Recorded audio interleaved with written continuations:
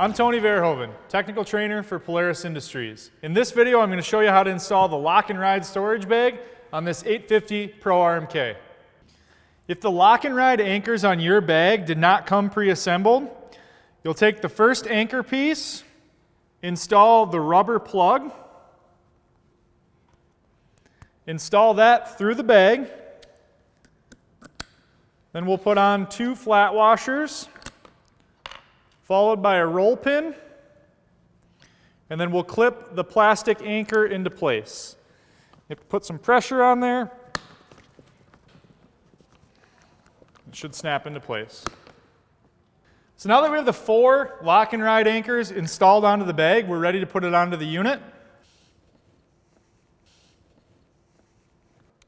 When installing the lock and ride anchors, we'll put the T in line with the slot in the tunnel, we'll drop it in, and then turn it 90 degrees. That'll allow us to lock the anchor down. So go ahead and do that. Turn it 90 degrees, and push it over to lock it in. I'll do the same thing on the other side.